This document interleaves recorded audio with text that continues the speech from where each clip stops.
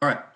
So today I'm going to just talk through this preparing for an online debate tournament checklist.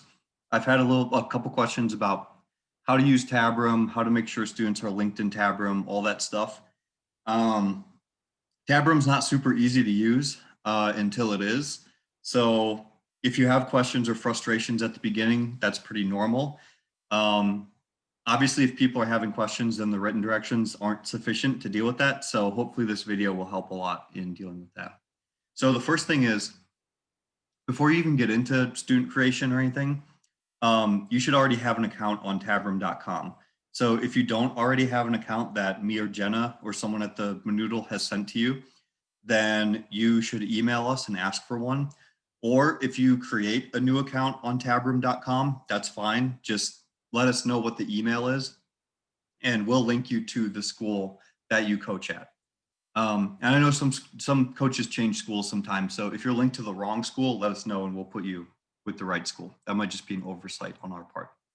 Okay, so once you actually are affiliated with the school and you have your account, then you can start creating students in that school. And the reason it works this way is we want to create all the students in your school so that when you sign up for different tournaments, you don't have to recreate those students again and again and again. They just have one account and you use that account for each tournament, right? So the first step is to go to your students and ask them to create their own tabroom.com accounts. And basically the way they do that is they go to tabroom.com. I'm going in incognito mode, so it looks like what it'll look like for them.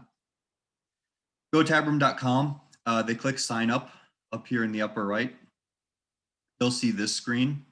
They want the non-NSDA members. NSDA is the National Speech and Debate Association. They're not NSDA members, they're just random people, right? Okay, there we go. So they'll put their email address in here, first name, last name. They should really put their cell phone number because that way when the rounds are created, when the debates are created, they'll get both an email and a text that says like, hey, go to this place. Here's where your debate is, right? I don't think time zone does anything, but they should probably set it to Chicago just to be safe. I don't know if that will change anything they see, but hopefully not. And then put their password in here.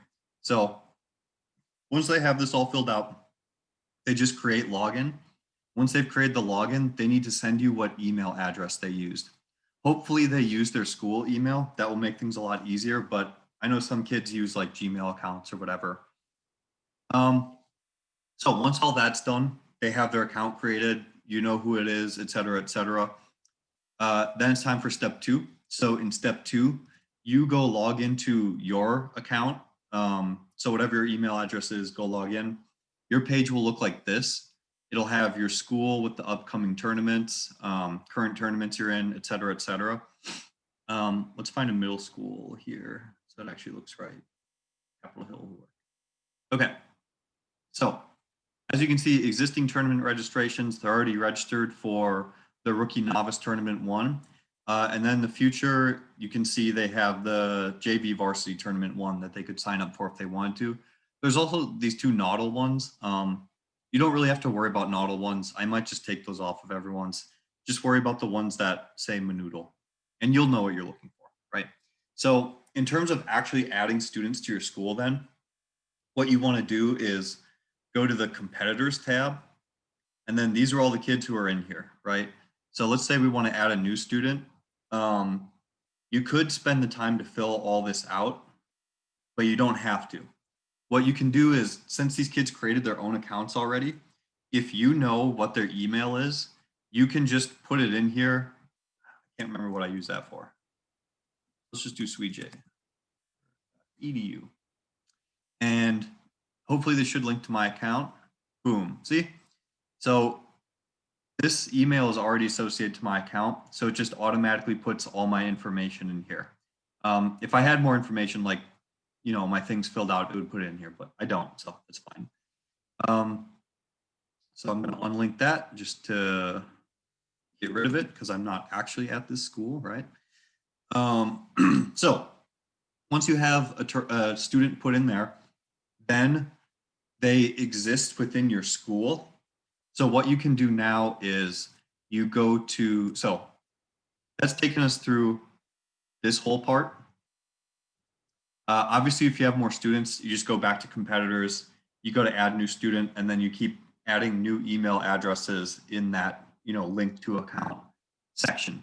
So once you've done that for all your kids, then you're ready to go on to tournament registration. Because at this point, all your kids should have tabroom accounts and they should all be linked to your school, right? So you have them all housed within your school. So the next thing you have to do is take them from the school and put them into a tournament, register them for a tournament. So for tournament registration, again, you're just going to go to that same page you've been on. You click your address up here and it'll take you straight to your school, the upcoming tournaments page. You should be able to see whatever tournaments are coming up. And if you want to register it, you would just click this green register button. Capitol Hill already has, so there's exists up here in the existing tournament registrations as entries. So let's go there. Okay, so this is their entries page. So to add a new student at this school, you'd find the tournament you want, and then you go to entries, and you go add entry to, choose whatever you want. Let's say we have a novice team here. So now we're a novice, go add entry to novice, and we just choose 2 kids, right? So we'll just, I know she's graduated. Pretty sure he's graduated too, right? So, okay, here's our novice teams, Chicamso and Lucas. Boom, they're here. So now they're a novice. Let's say you have another team, a rookie team you want to sign up.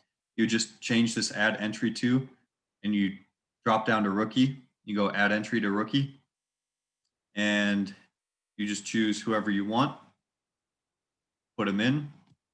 There you go. Let's see, what's the next step here? So after you do that for all your partnerships, they should all be signed up. If there's a student you want to sign up, but they don't appear in the drop-down list, right? So let's say we go to add rookie and we're like, where's Jake Swede? He's not in here. What happened to him? The reason he's not in here is because he's not in your school's registry. So if he's not in the school registry, he won't show up as being able to be registered for a tournament, right?